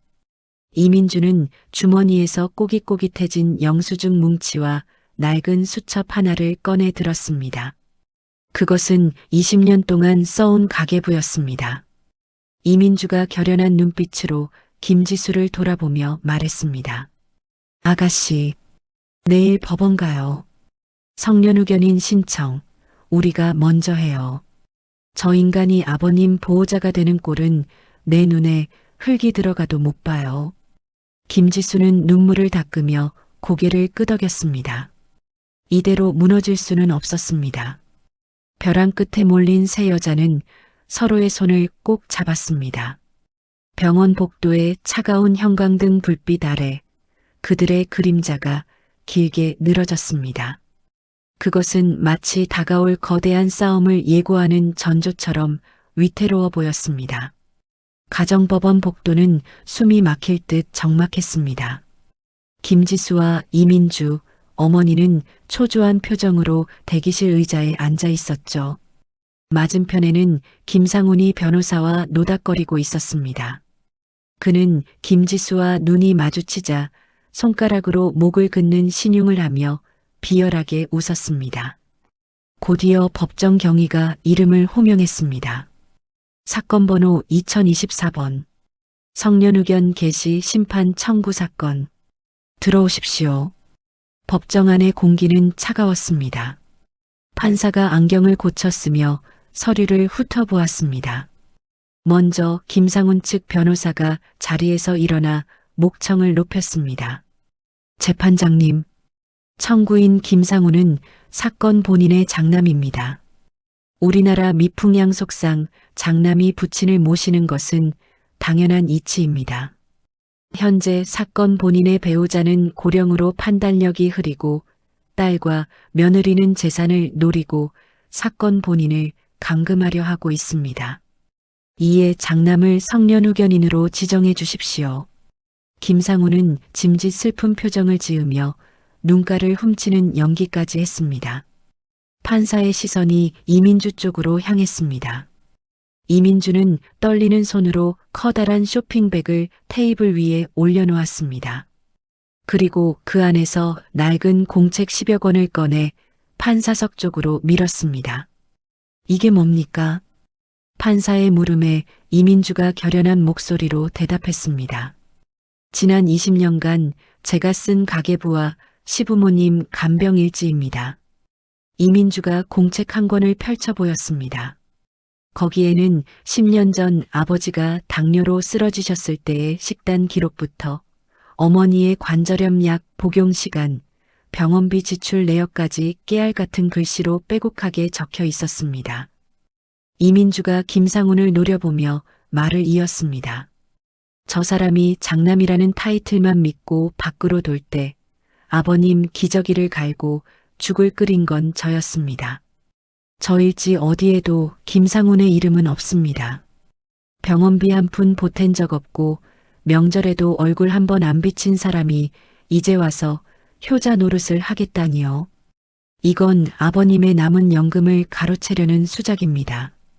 김상훈이 벌떡 일어나 소리쳤습니다. 이 여자가 미쳤나? 어디서 소설을 써? 그거 다 조작된 거야. 정숙하세요. 판사가 의사봉을 두드리자 김상훈이 씩씩거리며 자리에 앉았습니다. 김지수가 손을 들고 일어났습니다. 존경하는 재판장님, 결정적인 증거가 하나 더 있습니다. 김지수는 USB를 서기에게 건넸습니다. 곧이어 법정 스피커를 통해 지지직거리는 잡음과 함께 아버지의 생전 육성이 흘러나왔습니다. 치매가 오기 전 정신이 맑을 때 녹음해둔 파일이었습니다. 내 죽거든. 내 모든 권한은 며느리 민주한테 준다. 상훈이 그놈은 내 자식 아니다. 내 집에 발도 못 들이게 해라. 민주야, 미안하다. 아버지의 떨리는 목소리가 법정에 울려 퍼지자 방청석이 술렁거렸습니다. 어머니는 두 손으로 얼굴을 감싸고 오열했습니다. 김상훈의 얼굴이 흙빛으로 변했습니다. 판사는 한참 동안 김상훈을 응시하더니 단호한 목소리로 주문을 낭독했습니다. 본 법원은 청구인 김상훈의 청구를 기각합니다. 사건 본인의 복리를 위해 며느리 이민주와 딸 김지수를 공동 성년후견인으로 선임합니다. 또한 김상훈은 사건 본인의 반경 100m 이내 접근을 금합니다. 땅땅땅. 판결이 내려지는 순간 김지수와 이민주는 서로를 부둥켜 안았습니다. 김상훈이 자리를 박차고 일어나며 난동을 부렸습니다. 이게 무슨 재판이야? 내가 아들인데. 내가 아들이라고. 법정 경위들에게 끌려나가는 김상훈을 뒤로하고 세 여자는 법정을 빠져나왔습니다. 법원 정문 앞 햇살이 눈부시게 쏟아지고 있었습니다. 김상훈이 뒤따라 나와 고래고래 소리를 질렀습니다. 아, 너네 두고 보자. 내가 항소할 거야. 대법원까지 가서라도. 그때였습니다. 검은색 승합차 한 대가 김상훈 앞에 급정거했습니다. 양복을 입은 남자들이 내리더니 김상훈의 앞을 막아섰습니다. 검찰 수사관들이었습니다. 김상훈 씨 되시죠? 특정경제범죄 가중처벌 등에 관한 법률 위반, 사기 및 사문서 위조 혐의로 구속영장 발부되었습니다. 수사관이 영장을 들이밀자 김상훈의 눈이 휘둥그레졌습니다. 네, 구속이라니요. 변호사가 불구속이라고. 추가 증거가 확보됐습니다. 피해 액수가 크고 도주 우려가 있어 바로 집행합니다. 철컥. 김상훈의 손목에 차가운 수갑이 채워졌습니다. 김상훈은 저항하려 했지만 건장한 수사관들에게 제압당해 차 뒷좌석으로 밀어 넣어졌습니다. 창문 너머로 김상훈이 악을 쓰며 무언가 소리쳤지만 차는 매정하게 법원을 빠져나갔습니다. 그 모습을 지켜보던 어머니가 긴 한숨을 내쉬며 바닥에 주저앉았습니다. 이제 끝난 거냐? 내 아들이 감옥에 간 거냐? 이민주가 어머니를 부축해 일으키며 담담하게 말했습니다. 네, 어머님, 끝났어요. 이제 죗값 치를 거예요. 우리도 이제 살아야죠. 세 여자는 법원 앞 허름한 국밥집으로 들어갔습니다. 김이 모락모락 나는 뜨거운 국밥이 나왔습니다. 누구 하나 말하는 사람은 없었지만 숟가락 달그락거리는 소리만이 위로가 되었습니다. 김지수는 국물을 한 숟갈 떠먹으며 울컥 치솟는 눈물을 삼켰습니다. 뜨거운 국물이 식도를 타고 내려가며 그동안 꽉 막혀 있던 체증을 쓸어내리는 것 같았습니다. 한 달 후, 본가 아파트에는 이삿짐 트럭이 와 있었습니다. 진명의 소송에서도 승소하여 집을 되찾았지만 가족들은 그 집에 미련을 두지 않았습니다. 아픈 기억이 너무 많은 곳이었으니까요. 김지수와 이민주는 과감하게 아파트를 처분하고 병원비와 빚을 청산한 뒤 남은 돈으로 경기도 외곽의 작은 주택으로 이사하기로 했습니다. 민주야, 정말 괜찮겠냐? 아파트 살다가 주택 가면 불편할 텐데. 어머니가 텅 빈 거실을 둘러보며 아쉬운 듯 물었습니다. 이민주가 마지막 박스에 테이프를 붙이며 씩씩하게 웃었습니다. 어머님도 참 흙 밟고 사는 게 소원이셨잖아요. 공기 좋아서 아버님 재활하기도 훨씬 좋아요. 그리고 빚 없이 내 집인 게 어디예요. 마음 편한 게 최고죠. 김지수가 휠체어에 앉은 아버지를 모시고 나왔습니다. 아버지는 아직 말을 제대로 못하셨지만 표정은 한결 편안해 보였습니다. 아버지가 멍하니 아파트 단지를 올려다보았습니다. 김지수가 아버지의 옷깃을 여며들이며 말했습니다. 아빠, 우리 이제 진짜 우리 집으로 가요.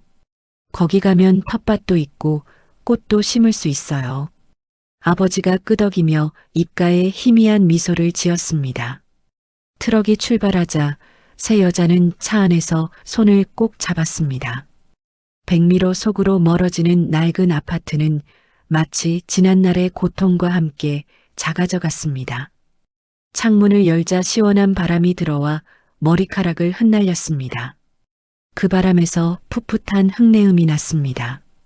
이제 진짜 시작이었습니다. 경기도 외곽의 작은 전원주택 마당에는 늦가을의 정취가 가득 내려앉아 있었습니다. 붉게 물든 단풍나무 아래 김지수와 이민주는 빨간 고무장갑을 끼고 김장 배추를 버무리느라 분주했죠. 절인 배추의 짭조름한 냄새와 매콤한 양념 향기가 마당 가득 퍼져나갔습니다. 이민주가 배추 포기를 쩍 가르며 호탕하게 소리쳤습니다. 지수야, 소금 좀 더 가져와라. 이번 배추가 실해서 양념이 팍팍 들어가네.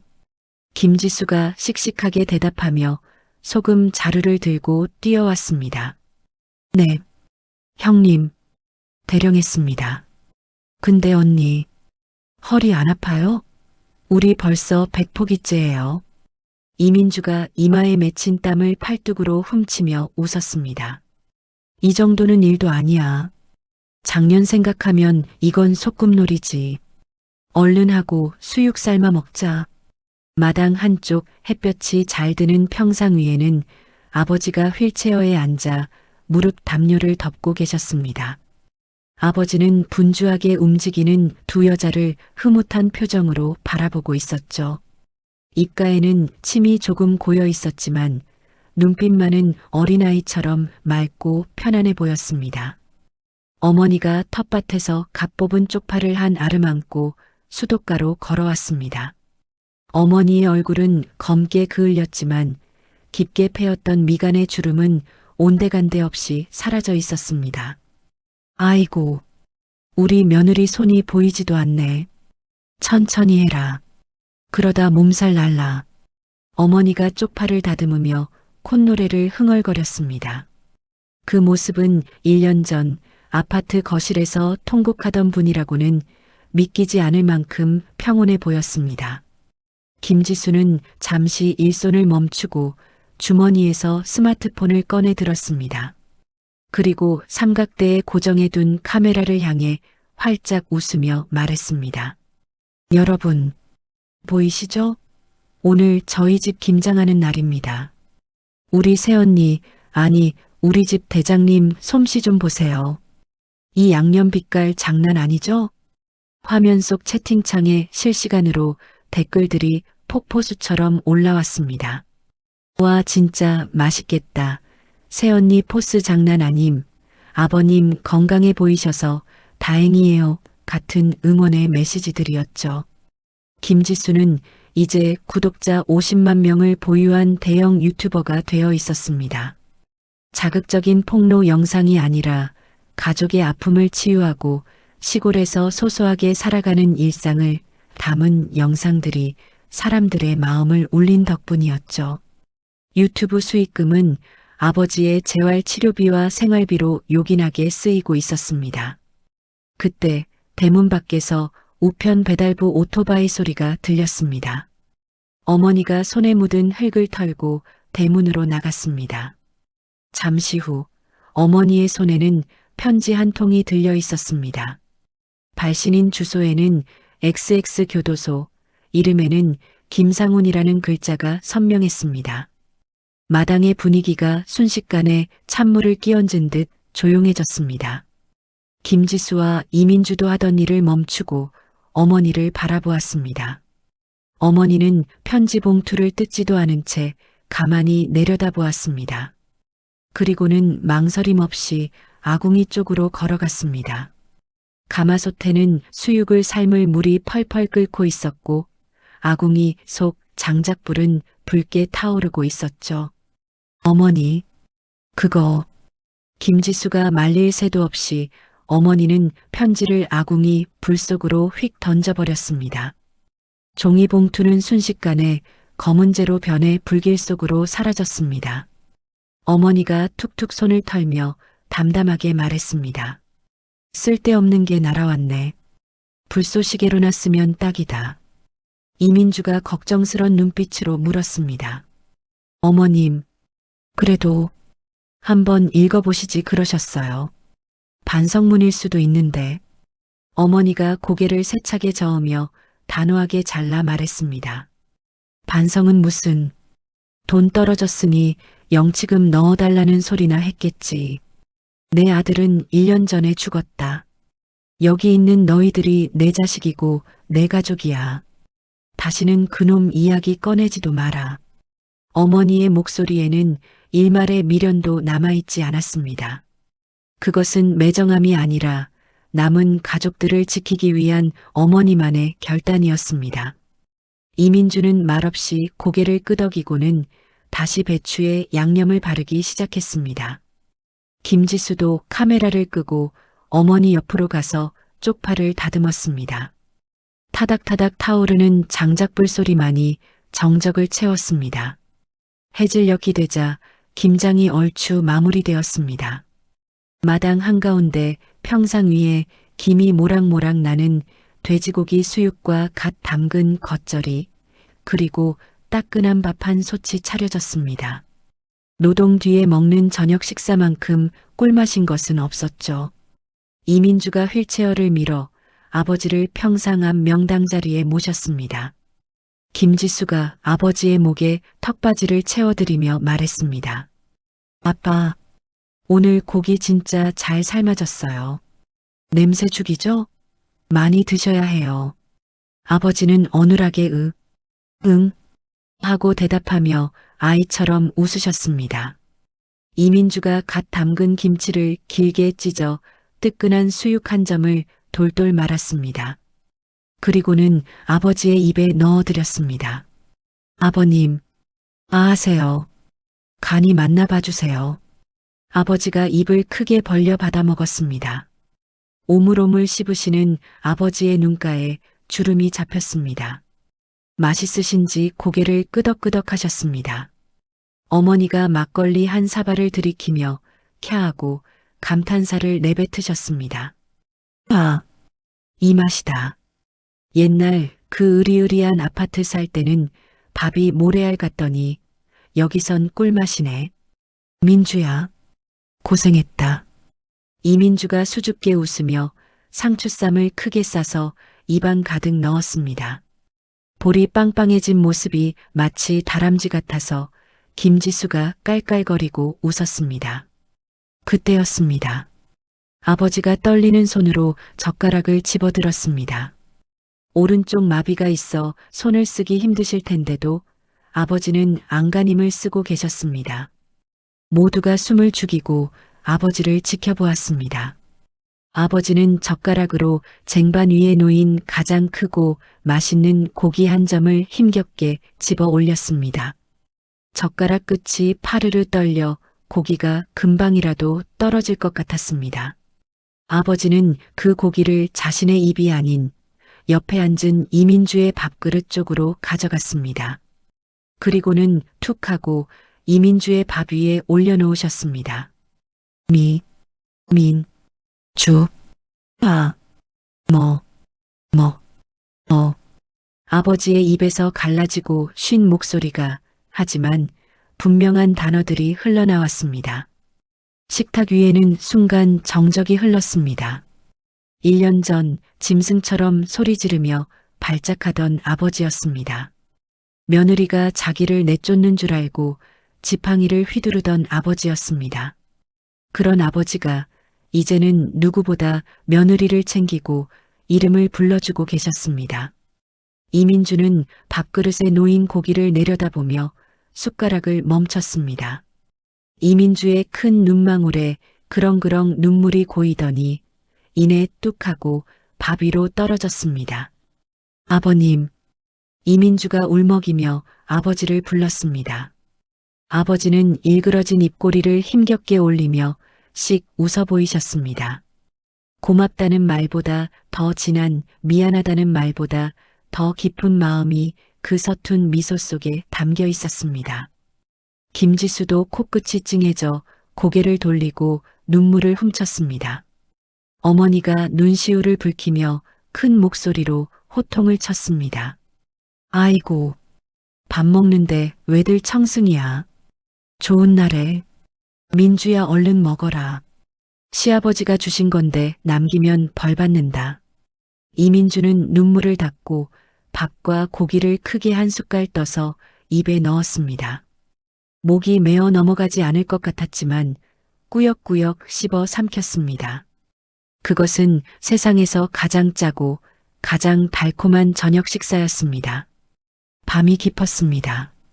산골의 밤은 유난히 캄캄하고 고요했습니다. 하지만 전원주택 거실 창문 너머로는 따스한 주황색 불빛이 새어나오고 있었습니다. 가족들은 거실에 옹기종기 모여 앉아 귤을 까먹으며 TV 드라마를 보고 있었죠. 드라마 속 막장 시어머니가 며느리를 구박하는 장면이 나오자 어머니가 귤 껍질을 던지며 욕을 했습니다. 저런 못돼 먹은 할망구 같으니라고. 며느리가 귀한 줄 알아야지. 안 그러냐 민주야? 이민주가 귤을 받아 먹으며 웃었습니다. 그러게요. 저 집 며느리도 짐 싸서 나와야 정신 차릴 텐데요. 김지수는 그 평범하고 소소한 대화를 들으며 아버지의 다리를 주물러 드리고 있었습니다. 문득 1년 전 그 지옥 같았던 날들이 떠올랐습니다. 폐륜 며느리라고 손가락질 받던 올케, 도박에 미쳐 가족을 팔아넘긴 오빠, 그리고 무너져 내린 집안. 모든 것이 끝났다고 생각했던 절망의 순간들이었습니다. 하지만 그 폐허 속에서 그들은 다시 일어섰습니다. 핏줄이라는 허울뿐인 관계가 아니라 서로의 상처를 보듬고 함께 밥을 먹으며 만들어가는 진짜 가족으로 거듭난 것입니다. 김지수는 잠이 든 이민주의 얼굴을 가만히 바라보았습니다. 피곤했는지 소파에 기대조는 얼굴에는 고단함보다는 평온함이 깃들어 있었습니다. 김지수는 담요를 가져와 이민주의 어깨에 덮어주며 속으로 중얼거렸습니다. 고마워요, 언니. 우리 가족 포기하지 않아줘서. 창밖에는 첫눈이 내리기 시작했습니다. 하얀 눈송이가 마당의 장독대 위로 소복이 쌓이고 있었습니다. 김지수는 자리에서 일어나 불을 껐습니다. 어둠 속에서도 가족들의 숨소리는 따뜻한 온기가 되어 집안을 채우고 있었습니다.